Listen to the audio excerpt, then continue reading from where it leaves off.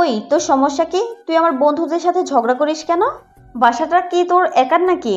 আরেকটা উল্টোপাল্টা কথা বললে তোর খবর আছে। তোর বন্ধুদের তোর রুমে থাকতে বলবি, আমার রুমের সামনে দিয়ে ঘুরপাক খাচ্ছে কেন? আর একদিন যদি তোর বান্ধবীরা আমার ফুল গাছের ফুল ছিঁড়ে, তাহলে তোর বান্ধবীদের চুল ছিঁড়বো, না হয় তোর চুল ছিঁড়বো। কি? তোর এত বড় সাহস? তুই আমার চুল ছিঁড়বি? দাঁড়া, দেখাচ্ছি মজা। কি করবি? তোর কোনো কিছু এখন কাজ করবে না। আপু নিজের হাতে চুলগুলো এলোমেলো করে চিৎকার দিতে শুরু করলো। পাশের রুম থেকে আম্মু এলো। কি হয়েছে? কাঁদছিস কেন? তোমার ছেলে আমাকে মেরেছে। মিথ্যা কথা, আমি মারিনি। আম্মু, আপু নিজের হাতে চুলগুলো এলোমেলো করে আমার উপর দোষ চাপানোর অপচেষ্টা চালাচ্ছে। এই, তুই কোন দিন মানুষ হবি? তোর বড় বোনকে তুই মারিস? আজকে তোর খাবার বন্ধ। খাবো না, যাও। আমার কথা সত্য, অথচ আমার কথা বিশ্বাস করো না। তোর আজকে খাবার বন্ধ। আমার এখন কাজ আছে, আমি কিচেনে গেলাম। আনিশা, তুই আমার সাথে রান্নাঘরে চল। যাও, কোনো ব্যাপার না। আপনারা তো কিছুই বুঝতে পারছেন না মনে হয়। আমি আমিরুল, বাবা মায়ের আদরের সন্তান নাকি শাসনের সন্তান তাই বুঝি না। আপুর নাম তানিশা, সব কিছু দখল করে আছে। বাবা ব্যবসা করে, সংসারের মাথা হলো মা। মায়ের কথাই শেষ কথা, বাবা নাকি মাকে ভালোবেসে বিয়ে করেছিল, বাকিটা ইতিহাস। বাসা থেকে বের হয়ে বন্ধুদের নিয়ে আড্ডা দিচ্ছি। আমার কয়েকটা বন্ধু আছে, বন্ধু বললে ভুল হবে, এরা সব কয়েকটা এক একটা কলিজার টুকরা। কিরে মামা, কি হয়েছে? মন খারাপ নাকি? ধুর, এইটা কোনো জীবন হলো নাকি? কলেজে শাসন, বাসায় শাসন, সব জায়গায় মহিলা আর মহিলা। এই জীবন আর রেখে লাভ কি বল? হরে আর বাঁচতে চাই না, আমার সব গার্লফ্রেন্ডগুলোও মেয়ে। আমার গার্লফ্রেন্ডগুলোও মেয়ে। হালের কথা বাদ দে তো, আমার সাথে মজা করিস নাকি? হালার ফহিনি কোন হালের?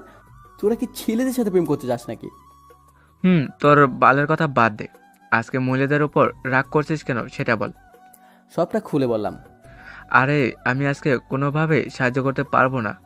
আজকে আমার অবস্থাও একই রকম। বাসায় কে যেন বলে দিছে আমি মামার মেয়ের সাথে প্রেম করি। মা অনেক ক্ষেপে গেছে। সাহিদ, পেটে টান পড়েছে, কিছু খেতে হবে রে। আমি বেঁচে থাকতে তুই না খেয়ে থাকবি না। দাঁড়া, আমি তোর জন্য খাবার আনছি। 5 মিনিট পর এক গ্লাস পানি এসে বলে, এই টাকা, গলাটা ভিজিয়ে নে। এইটা কি? এটা বিশুদ্ধ পানি, খাইলে শরীরে একটু জোর পাবে। সাইদা বেশি রকম হয়ে যাইতেছে কইলাম। আমি জানতাম এমন কিছু হবে। সাইজ খাওয়াবে তরে। ওর 14 গোষ্ঠী কিপটুস। তোরা থাক, আমি গেলাম। চল দোকানে গিয়ে খেয়ে আসি।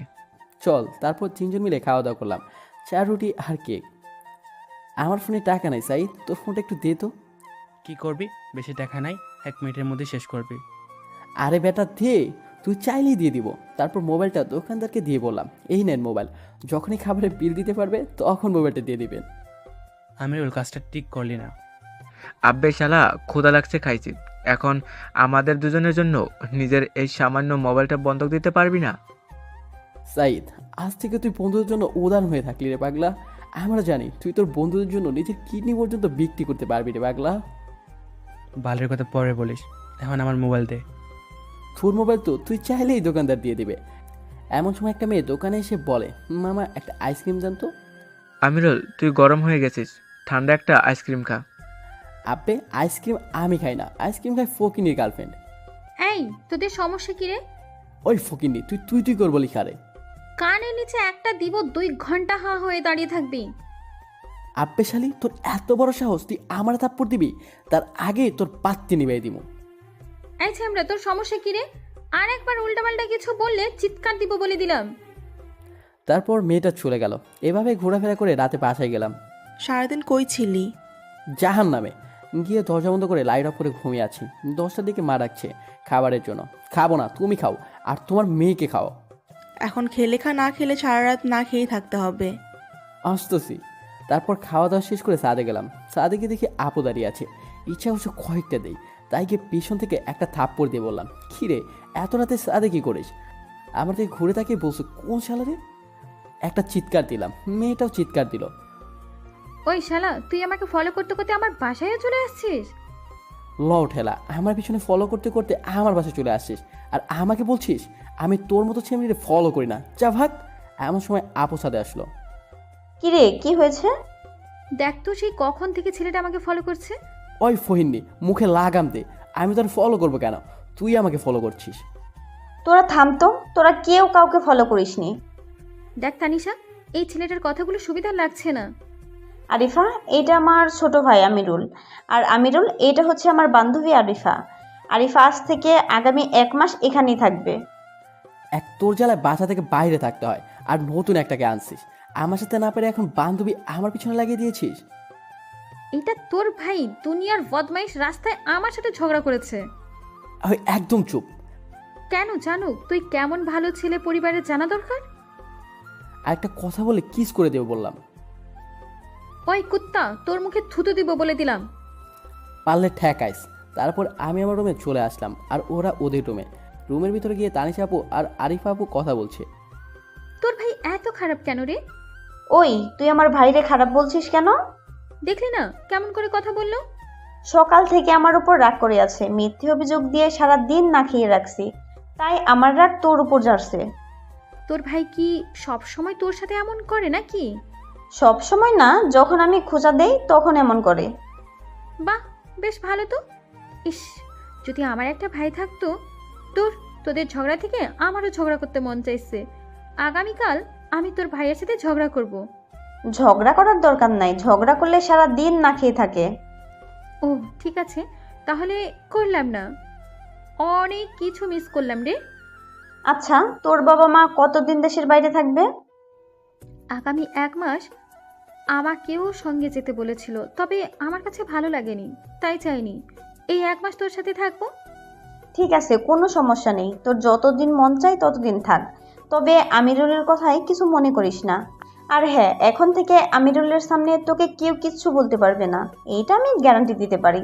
আমিরুল যার সাথে ঝগড়া করে সে হয় আমিরুলের বন্ধু হয়, না হয় চরম শত্রু। বেশ মজার তো। আচ্ছা, এখন ঘুমা।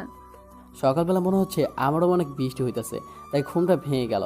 মাথায় আবার আগুন লেগে গেল। সকালবেলা ঘুমের আসল মজা মনে হচ্ছে কাঁচা খেয়ে ফেলি। কি রে ডাইনি, তুই আমাকে পানি দিয়ে ভিজিয়ে দিলি কেন? ওই, তুই এত ঘুমাস কেন? হারামি, তুই আমার স্বপ্নটাই নষ্ট করে দিলি। বাস্তবে তোর জ্বালায় একটা প্রেমও করতে পারলাম না।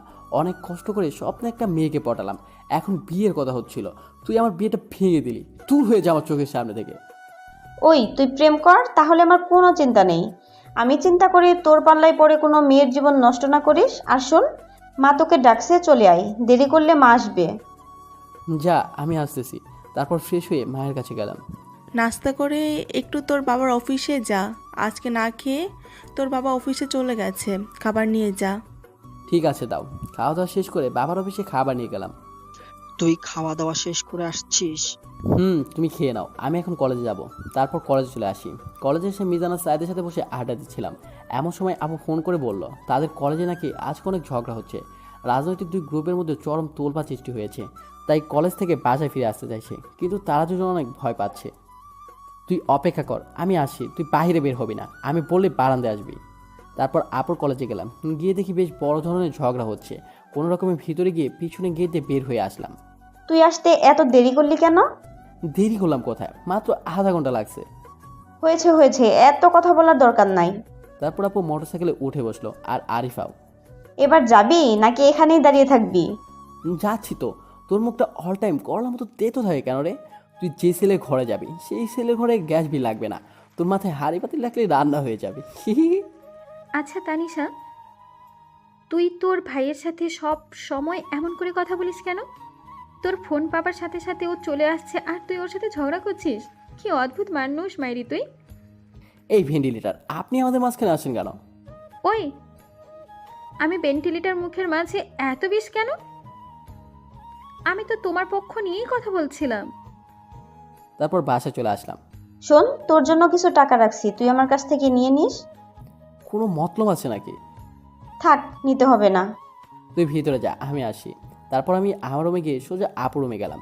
আমি ভিতরে গিয়ে বসে আছি, এমন সময় আরিফা বাথরুম থেকে বের হয়ে আসলো। আমাকে দেখে একটা চিৎকার দিল, আমিও চিৎকার দিলাম। আপু বাথরুম থেকে বের হয়ে আসলো। কিরে, কি হয়েছে? তোর বান্ধবী বাথরুম থেকে, এতটুকু বলতেই আরিফা মুখ চেপে ধরলো। আসলে হঠাৎ করে রুমে চলে আসার কারণে আমি ভয় পেয়ে যাই, আর আমার চিৎকার শুনে তোর ভাইই চিৎকার দেয়। ও, এই কথা। আমি তো ভাবছিলাম আমিরুল তোকে ভয় দেখিয়েছে নাকি। আপু, আমি আমার রুমে যাই রে, পরে আসবো। ঠিক আছে।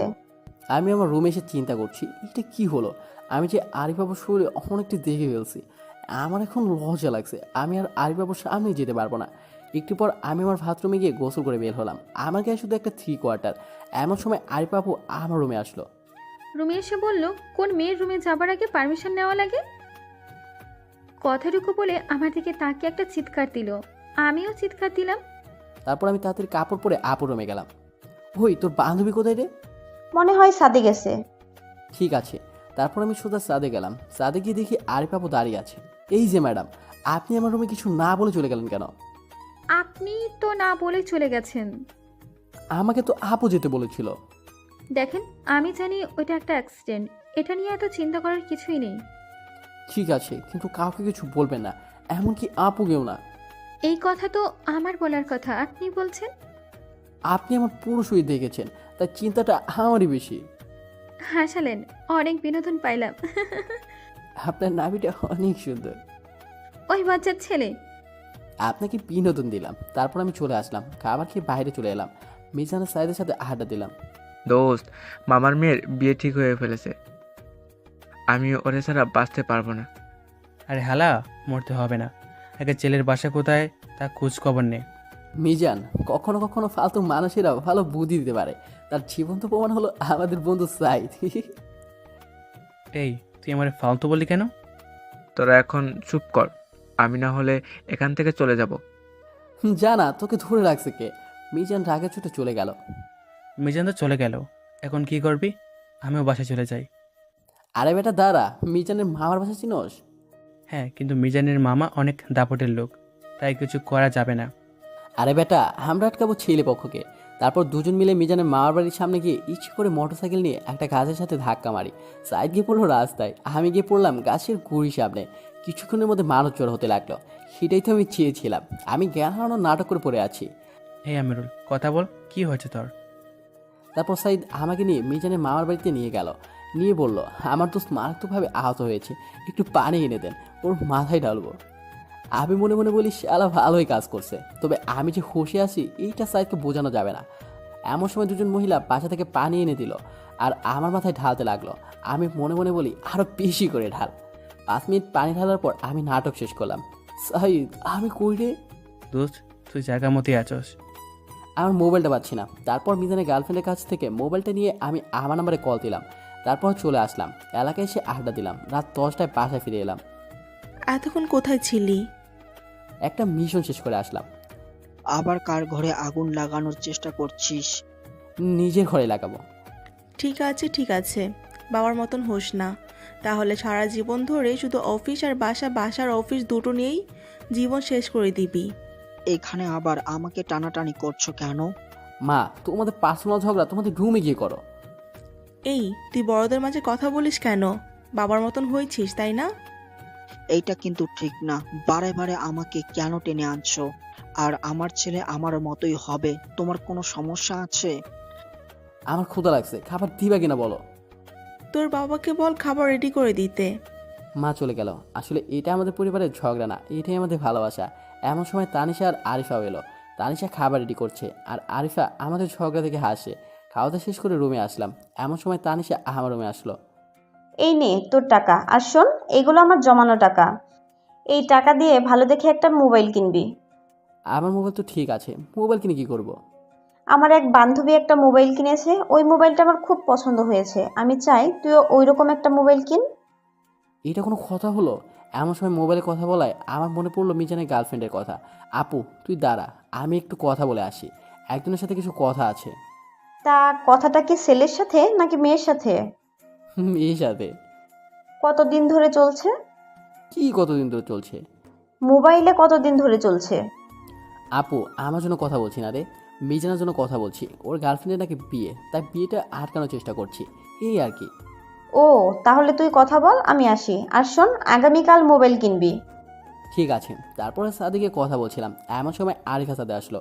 আমার কথা বলা দেখে আরিফা বলল, কার সাথে কথা বলে? গার্লফ্রেন্ডের সাথে। ভালো, তা আপনার বোন বলল আপনার কোনো গার্লফ্রেন্ড নেই। ঠিকই বলেছে, আমি আমার বন্ধুর গার্লফ্রেন্ডের সাথে কথা বলছি। তারপর মোবাইলে কথা বলে ছেলে সব খোঁজ খবর নিলাম। তারপর আরিফাকে বললাম, সরি কেন? দুপুরের আচরণের জন্য। কোনো সমস্যা নেই, ইটস ওকে। আপনি এত রাতে সাথে আসেন কেন?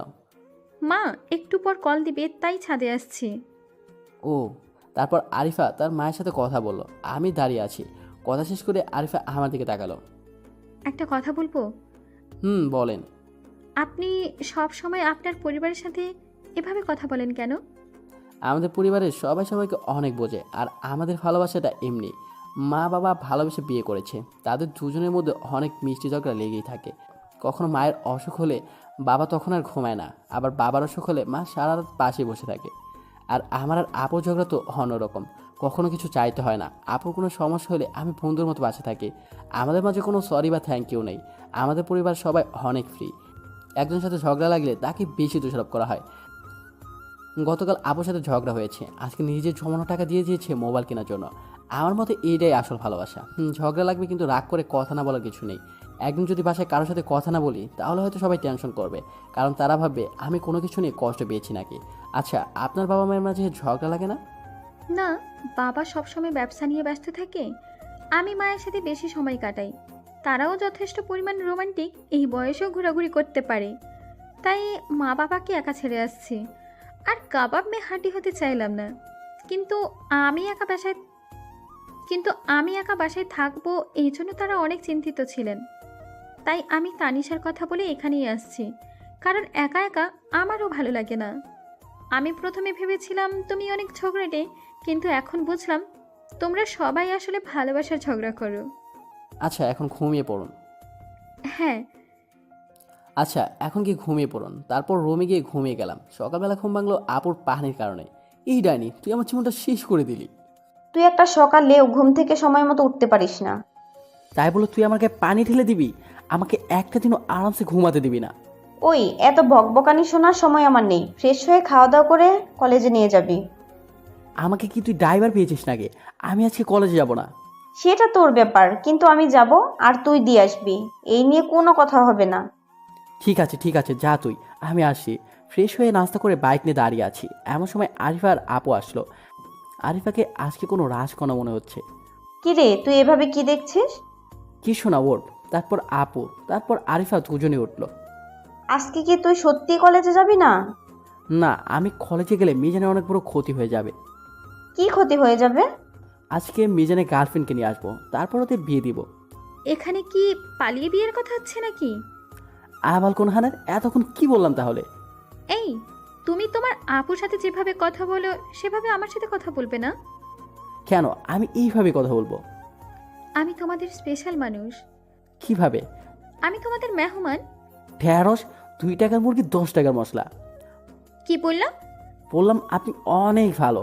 তারপর কলেজের সামনে গিয়ে নামিয়ে দিলাম। এখন কোথায় যাবি? শুভ কাজটা সেরে ফেলি। আমিরুল, একটা কথা বলি। বলেন। আমার না এসব দেখতে ভালো লাগে, প্লিজ আমাকে নিয়ে যাবে? আরে, ধরা গেলে সর্বনাশ হয়ে যাবে। তখন আপনাকে নিয়ে পালাবো নাকি নিজের জীবন বাঁচাবো, কোনটা? আমি কি ভীতু নাকি? আরিফা, এসব কাজ অনেক কঠিন কাজ, তুই যাস নে। আরে ধুর বোকা, তোর মতো এত বেরসিক নাকি? জীবনে প্রথম একটা সুযোগ পাবো, তাও আবার হাতছাড়া করবো নাকি? এই মিস আরিফা, আপনি কি জানেন এইসব ঘটনায় অনেক কষ্ট করতে হয়, আর ধরা পড়লে মায়ের একটাও মাটিতে পড়ে না। যদিও দু একটা মায়ের মাটিতে পড়ে, তাহলে তো আবার উঠে আবার পিঠিয়েই দেয়। তোমার প্রতি আমার বিশ্বাস আছে, তুমি পারবে আমি জানি। তোমার চলাফেরা দেখেই বোঝা যায়। ঠিক আছে, আমি যেভাবে বলবো সেইভাবে থাকতে হবে। ঠিক আছে। তাহলে তোরা যা, আমি কলেজে গেলাম। আর আমিরুল, আরিফার যেন কোনো ক্ষতি না হয়। বেশি প্যাচাল পারবি না। তারপর আরিফাকে নিয়ে আমাদের আড্ডা দেওয়ার জায়গায় গেলাম। সাইদ আগে থেকেই রেডি হয়ে আসছিল। কিরে, তুই এত দেরি করলি কেন? এমনি একটু সময় লাগছে। দাঁড়া, আমরা তো জানি তুই প্রেম করস না, তা সাথে গার্লফ্রেন্ড নিয়ে আসছিস? তুই সবসময় নেগেটিভ ভাবিস। উনি আমার আপুর বান্ধবী, আরিফা আপু। সরি আপু, কিছু মনে করবেন না, আমি ঠিক বুঝতে পারিনি। ঠিক আছে, কোনো সমস্যা নেই। তারপর শাহিদ ওর বাইক দিয়ে যাচ্ছে, আমি আর আরিফা এক বাইক দিয়ে যাচ্ছি। আমিরুল, তোমার গার্লফ্রেন্ড নেই? না, আমার কাছে এইসব প্রেম ভালোবাসা করার মতো ইচ্ছা নাই। তারপরেও হয়তো বা দু একটা প্রেম হয়েই যেত, কিন্তু আপুর জন্য আর সম্ভব হয় না। ও, তার তানিশা তোমাকে ভালোবাসতে না করে নাকি? না, তবে আপু মা বাবা যাকে পছন্দ করবে আমি তাকেই বিয়ে করব। ছোটদের বড় সিদ্ধান্ত নেওয়া উচিত নয়। আমিরুল, আমি সত্যি তোমাকে অনেক বাজে মনে করতাম, কিন্তু তোমার মনটা অনেক ভালো। ধন্যবাদ আপনাকে। তোমার না আজকে ফোন কিনতে যাওয়ার কথা?